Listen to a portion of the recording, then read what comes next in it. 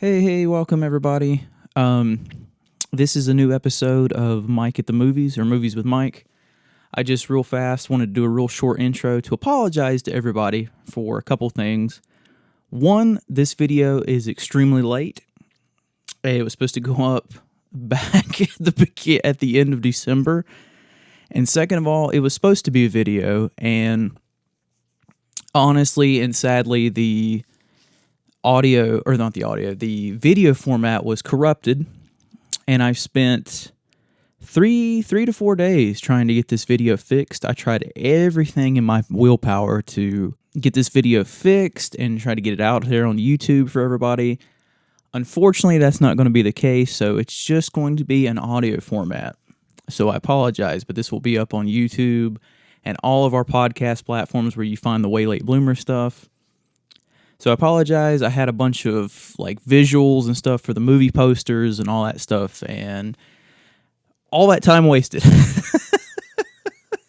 So I apologize for this being so late, and I apologize for the technical difficulties.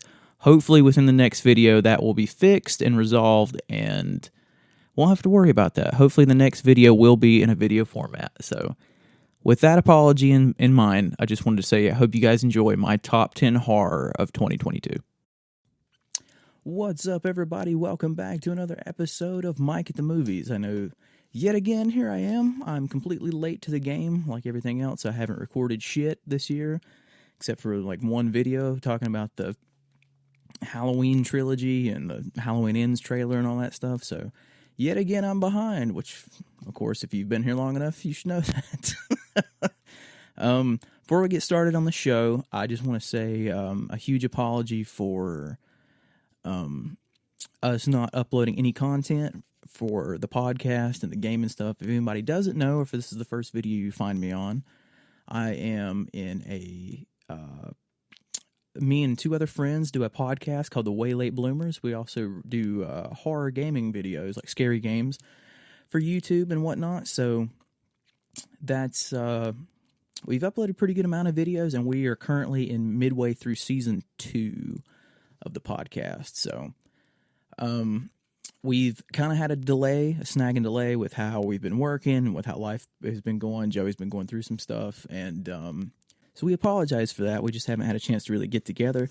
Good news is, though, we got together this past Friday, and we discussed what we're going to do. Hopefully we're going to be getting together in the next coming weeks, and we're going to try to set aside a set schedule with everything that we need to do in order to get the show and games and all that stuff back on track. So thank you all for staying with us, and we apologize for it being so long since we've done anything, but always go back and check out our stuff. We really do appreciate it. If you guys comment or subscribe or anything, we really do appreciate it. So please make sure you comment, subscribe, and all that good stuff, or leave us a review wherever you listen to podcasts and stuff like that, because it really does help us. It goes a long way to really, help us out and all that.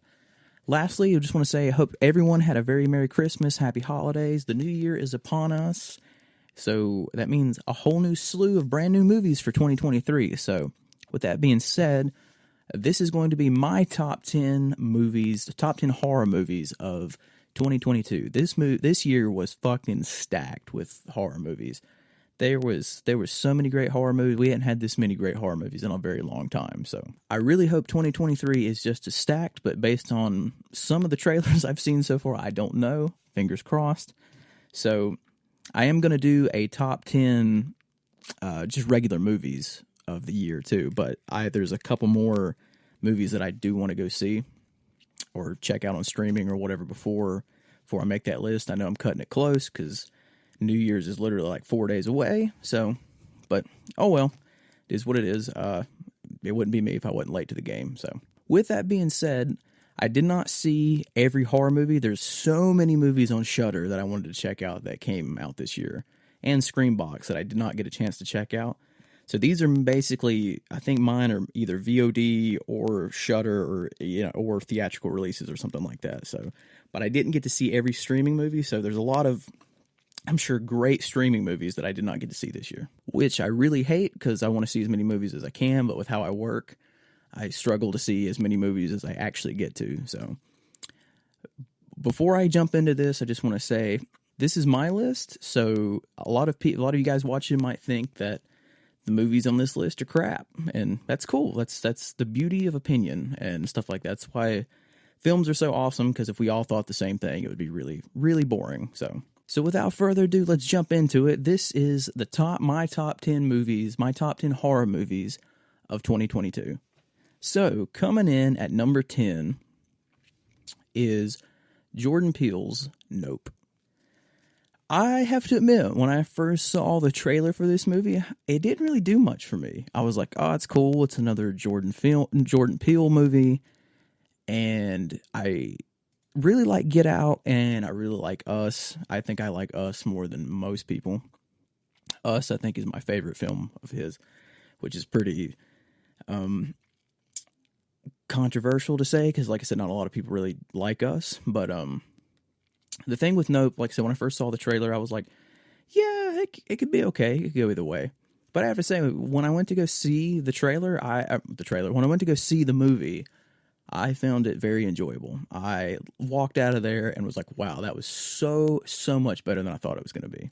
I found the story intriguing. I found the mystery of it intriguing. I liked the whole thing with the alien intriguing, because I thought it was going to be like a Invasion of the Body Snatchers type movie. So I liked where the story went. I really liked the fact that it was like edge of your seat thrills. And overall, like I said, I enjoyed this movie a lot more than I thought I did. And I like the fact that Jordan Peele continues to do these thriller horror movies. Like I said, there's just something about people that have done comedy. They're knocking it out of the park with horror. So I can't wait to see what Jordan Peele does next. So my number 9 this year is a little independent movie called Speak No Evil. Now, I first saw this movie at the Sundance Film Festival. It was the very first movie that I saw, and this was all the way back in January, and it stayed with me since then. I saw 7 movies that year, like all horror, thriller, drama, stuff like that. And this movie stayed with me through all of those. It has a very cool premise and a very like edge of your seat, you don't know what's going to happen, like style story to it. And like I said I ranked the movies I saw for Sundance, and like I said in that ranking, I love where the ending of this went. To me, this movie had a very ballsy ending that a lot of people don't do anymore. So I'm glad it had the guts to actually go that route, which is really cool. This movie is now streaming on Shudder. If anyone is interested in to check it out, I think it started streaming on Shudder in September. I want to say September or October. I can't remember, one of those. Maybe August. I can't remember. But regardless, either way, it's on there now. I've seen a lot of people who's talked about this movie who it didn't really do anything for them, because it was there was certain character moments and decisions that they made that really pissed them off, and I can completely understand that. Oh, believe me, I completely understand that.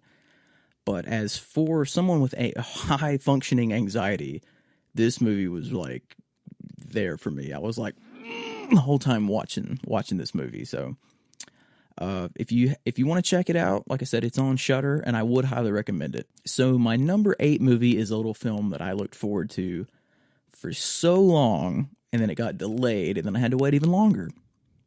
That is The Black Phone.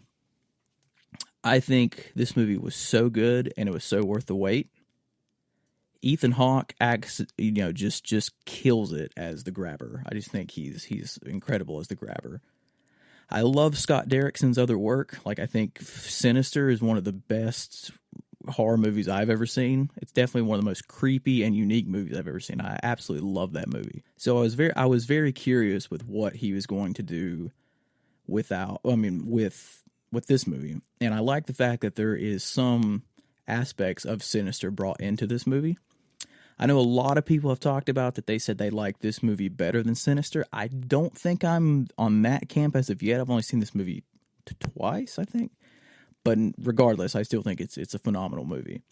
All the acting in this movie is just fantastic. I think the little sister, who brings a lot of the comedy, is fantastic. She nails it. I saw a lot of people pissed that this movie didn't show enough when it came to the Grabber and all that stuff and what he did to the kids. And to me, the interpretation was enough to me. Like, I could kind of put 2 and 2 together that maybe he does what he does and what he doesn't do, but some people And I'm all for gore and stuff like that. As a movie on higher on this list, you'll definitely find that out. But I don't know. Overall, I just thought this was a really good movie, really enjoyable horror movie. Like I said, well worth the wait of being delayed. And if you do not own this movie, it's currently streaming on Peacock, so make sure you do check it out because it is worth it.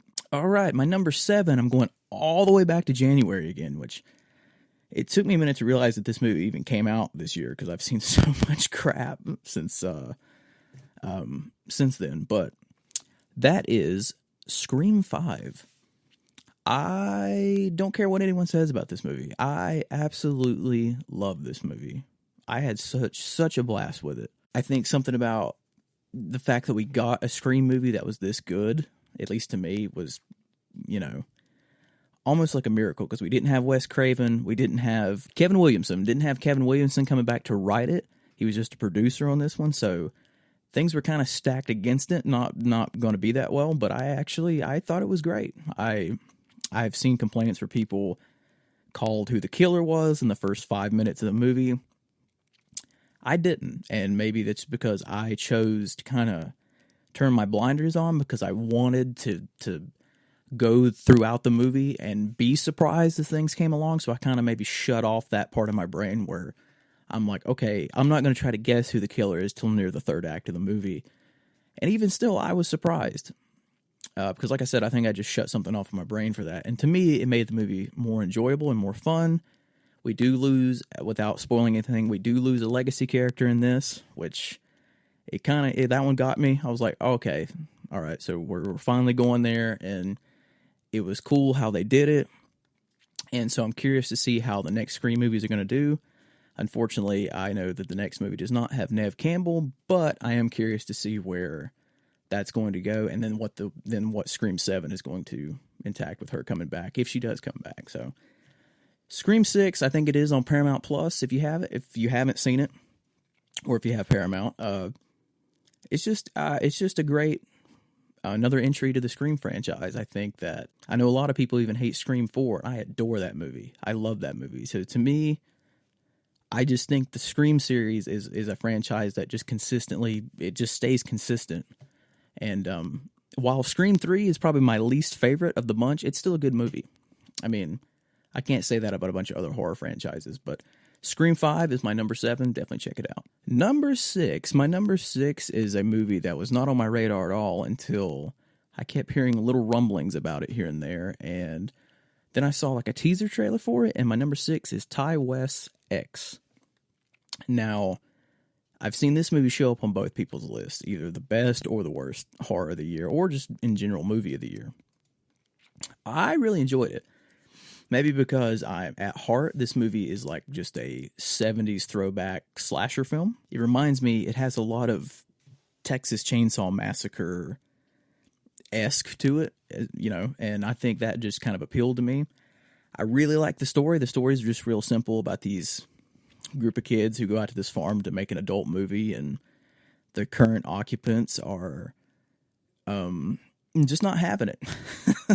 But if you watch Pearl, which is the prequel to this movie, it gives more backstory about one of the killers in this movie. And then, of course, we're getting the sequel with Maxine and all that stuff later on, hopefully next year. But as for X, I like I said, I love the throwback style of it. And I've liked Ti West's work in the past. Like, I really liked The Sacrament. I thought that was a really good movie. Really enjoyed House of the Devil. The Innkeepers I need to watch it again. I enjoyed it the first time I watched it, but I think it was more on the bottom half of the list of his stuff for me. But the fact that we got Pearl and X in the same year, and then which were both really solid movies. Pearl is not on this list not because I didn't like it, just because there was 5 other movies that I enjoyed more than Pearl. But the fact that we have 2 solid movies and we're about to get a third, which would make a horror trilogy out of this, and the fact that hopefully all 3 movies will be solid, I mean, that's a miracle. You got a horror trilogy almost all in the same year that was good. I mean, how often can you say that, especially nowadays? We're lucky to even get a legacy sequel that's good nowadays. So I think that's really cool. This movie, like I said, this movie I guess hasn't been for everybody because I've seen it show up on worst and best. Some people thought it was really boring and nothing happened and it was overhyped. I get it. But to me, this is also an A24 movie that was really different because A24 really does more like slow burn style movies even when it comes to horror. So it's kind of cool that they did this like 70s grindhouse slasher type movie. So I thought that was really cool of them, which is why I love that studio. They're just one of my favorite studios right now. But yeah, number 6 is X. Number 5 is a little movie that I don't hear really anybody talk about. I'll hear people say something about it every once in a while, or I've watched some streams on YouTube and stuff lately where this movie's popped up.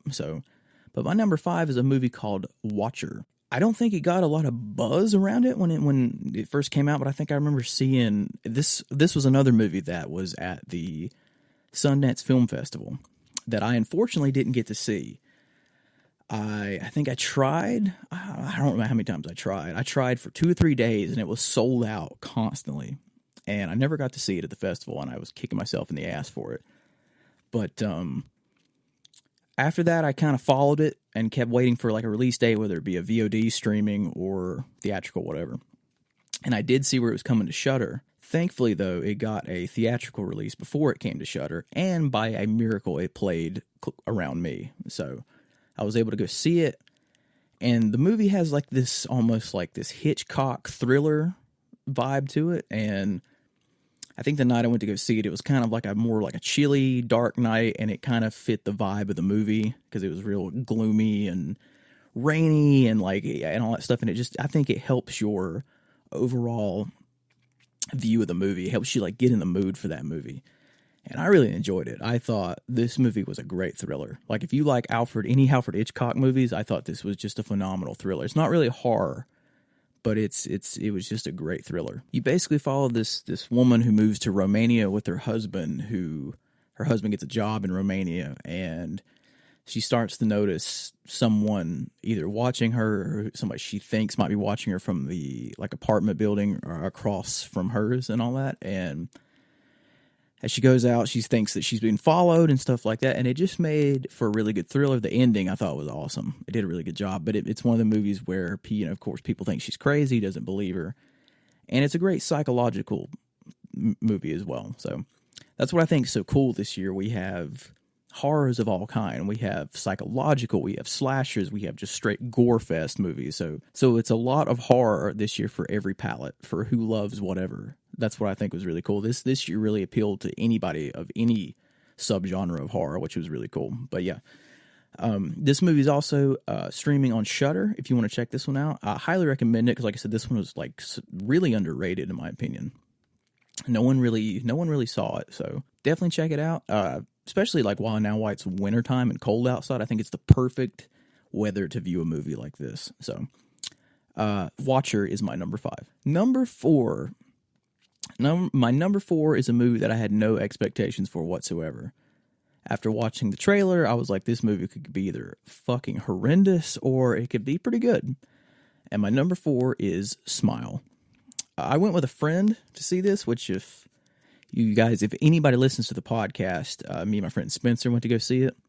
We did a Halloween episode that we released on Halloween this year, that we discussed this movie in that podcast. And like I said, I had no expectations for this. I saw that it aired at Fright Fest, and I saw that it was getting Fantastic Fest. That's out of Texas. And I saw that it was actually getting really good reviews, and I was like, okay, all right, this could be interesting. So yeah, that kind of boosted my excitement to see the movie. And when me and Spencer went to go see it, it was a dark, rainy, I think it was like a 10 o'clock showing, or 10 o'clock showing. It was pouring rain, it was crappy outside, and again, it was one of those things that just added to the effect of the movie.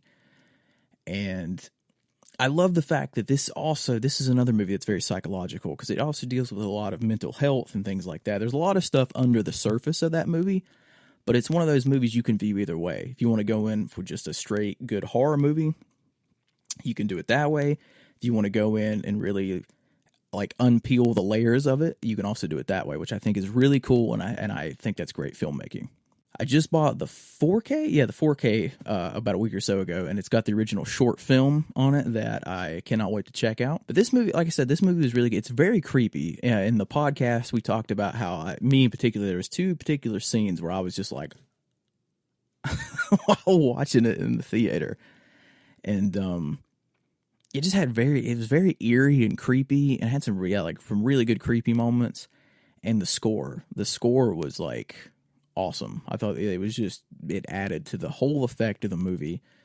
And Spencer also brought up that he liked how the camera angles would be like upside down or to the side or just, not straight. And I think that's supposed to like go with the uneasiness that you feel throughout the movie and to go with the main character and all that stuff. And it was just a really good movie. I've seen people, they've compared this movie to like The Grudge and It Follows, and there's something else, maybe The Ring. Seen people just compare it to, I think there's like 3 or 4 movies that they ultimately compare it to, but I thought it was really good. Definitely a surprise of the year, that's for sure, because like I said, I was like, this is going to be terrible. But I actually really enjoyed it. So this movie is out. You can buy it now. Of course, this movie's also on Paramount Plus if you haven't seen it, but I would recommend checking it out for sure. Number 4 is Smile. Number 3 is a little movie that I wouldn't really consider horror, but it has horror elements in it. And it's a movie that I was intrigued by the trailers the minute I saw it, and I knew I had to see it, and that is The Menu. I went to go see this at the beach. I went to the beach for Thanksgiving, and it was playing at a theater down there. And I went to go check it out, and I really enjoyed this movie. I think this is a super original, unique to itself movie. It's hilarious too. There's so many like funny parts in it too, and it knows that, and it makes fun of certain things, and the characters the characters are great. Like some of the characters are just they're obnoxious, but they're hilarious. And like I said, it makes fun of all that. But like I said, it has horrific elements in it. But I would consider it more of a thriller than a horror movie. Yeah, like I said, if you want a really unique movie about food, like about... I don't really want to tell anyone, because the trailers don't give anything away what this movie is. And I really don't want to give anything away what it's really about. But if you're like a food person and you love horror and you love like horror comedy and stuff like that, and like people poking fun at things, I think you'll really enjoy this movie. It was just really good, and it's a movie that stuck with me since I've seen it. I haven't, and I haven't stopped thinking about it, and I cannot wait to watch it again. But if it's still playing anywhere around you, I highly, highly recommend it. Just go in with an open mind, and it's one of the movies where I think the less you know about it, the better. So go in with an open mind, and I think you'll have a really good time with it. And Ralph Fiennes is awesome in this movie. I think he's just great. He's just great in this movie. But so is Anya Taylor-Joy. Everybody really nails it in this movie. But for sure, go check out. Number 3 is The Menu. Down to the last 2, the cream of the crop, the final 2. These 2 movies, if anyone's listened to the podcast or talked to me in the last few months, know that probably what my 1 and 2 are. And these movies might as well be tied for number 1, because I couldn't decide. And the only reason one boosts the other is for the theater experience that I had with it. But we'll talk about that when we get to it. But my number 2 is Barbarian. I fucking adore this movie. I think it's great. It's wonderful. I mean, there's not really much I can say because I don't want to give. This is another one of the movies where I don't want to give anything away. The trailers, I gotta give my hat off to the marketing team for this movie for not showing anything in the movie. Like the trailer for this movie is basically the first 10 minutes of 15 minutes of the movie. They just took everything from that and put it in the trailer. Thank you. Because you didn't know what this movie was. You don't know what's going to happen. You don't know how many twists and turns are going to be in it. And I just think this movie's great. It gut punches you. And there's scenes that happen in the movie you don't expect. And the way that the acts are structured, it's like you're listening to a record, and midway through, someone just flips the record and changes it. And you're like, wow, okay. And it does it twice in this movie. I just love the story. I think the story was great. And hats off to Zach Kreger, who's in The Whitest Kids You Know.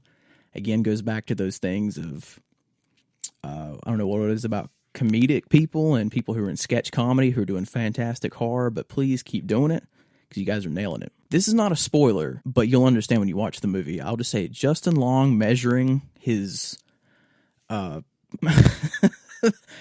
of the house is some of the funniest crap I've seen all year.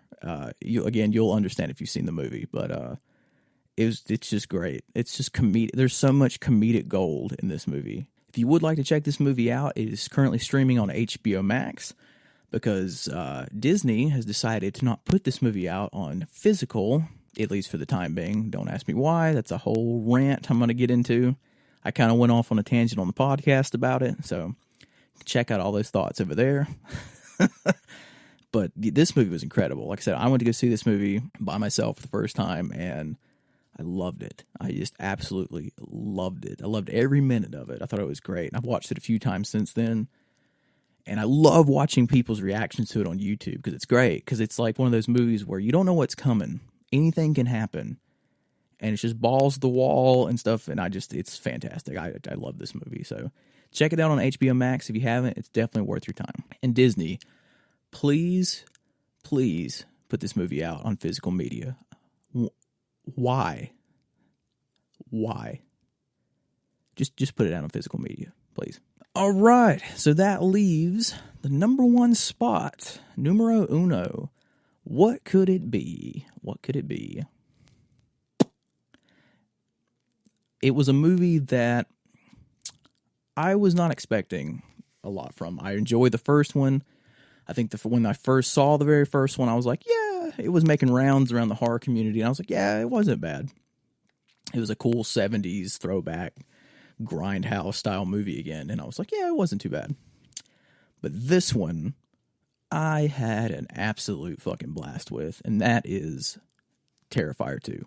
What can I say? I mean, it's just fun. I mean, it's just a lot of fun. It's a 2.5 hour sequel that I was like, damn, does it really need to be that long? But it flew by. It gives you more backstory to Art while also opening up more questions because, of course, they're going to do a third one. My theater experience for this was so fun. Me and Spencer went to a theater in Mooresville? I think it was Mooresville. It's the only theater at the time that was showing it. And I told this story in the podcast. So, yeah, only theater at the time that was showing it. We drove up there. It was like a 7 o'clock showing, I think. And as we were going in, we actually got to meet the actress who played the little pale girl, which was super cool. And we got a picture with her. And so between that and like getting to talk to her after and her and like watching her family be there to support her despite what kind of movie this is. And the audience reaction was great. Like there was so many people that was just laughing and wincing and just towards everything. And I think we had 5 or 6 people walk out of our theater because I heard people were getting sick left and right throughout Twitter and all that stuff. People were talking about how they walked out, were vomiting and just all that stuff. And I don't know, like all that, it just intrigued me to want to see it more. And yeah, I think we had about 5 or 6 people walk out and leave. And I don't know, it was so much fun to me. Like if it wasn't for my theater experience, probably Barbarian would be number 1. But I just thought this movie was great. I love the characters. You actually gave a shit about the characters. The final girl, Sienna, who's played by Lauren Lavera, she's awesome. I think she's going to be a great new addition to Final Girls, and she's up there probably now in my top 5 Final Girls of all time. I just thought she was great. This movie's a blast. I just know who you are going into it, because if you did not like the first one, you're not going to like this one. If you don't like gore, if you definitely do not like gore, I'd probably steer clear of this movie, because this movie's probably one of the most brutal movies I've ever seen. Like, it's bloody, gory, carnage candy out your ass. I'm trying not to say too much, but it takes the first movie, like the big violent scene that happens in the first movie, and it's like nothing compared to that. So know who you are. This movie is currently streaming on Screambox, and it came out today. Today's December 27th. It came out today. I got my Steelbook in couple days ago, and I'm getting the 4K. The 4K should be getting here to me on Friday, I hope. So, but that is my top 10 list. I hope you guys enjoy my list. Again, this is just my opinion.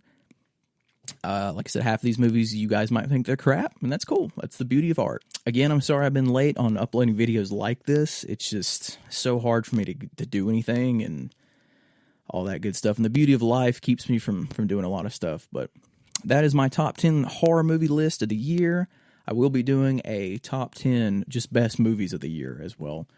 That'll be coming out hopefully sometime soon. I'm off this week, so I'm trying to watch as many movies as I missed out on this year as I can so before I compile that list. Because I don't even know really what my number one is. I have an inkling, but I don't have a full-fledged idea of yet.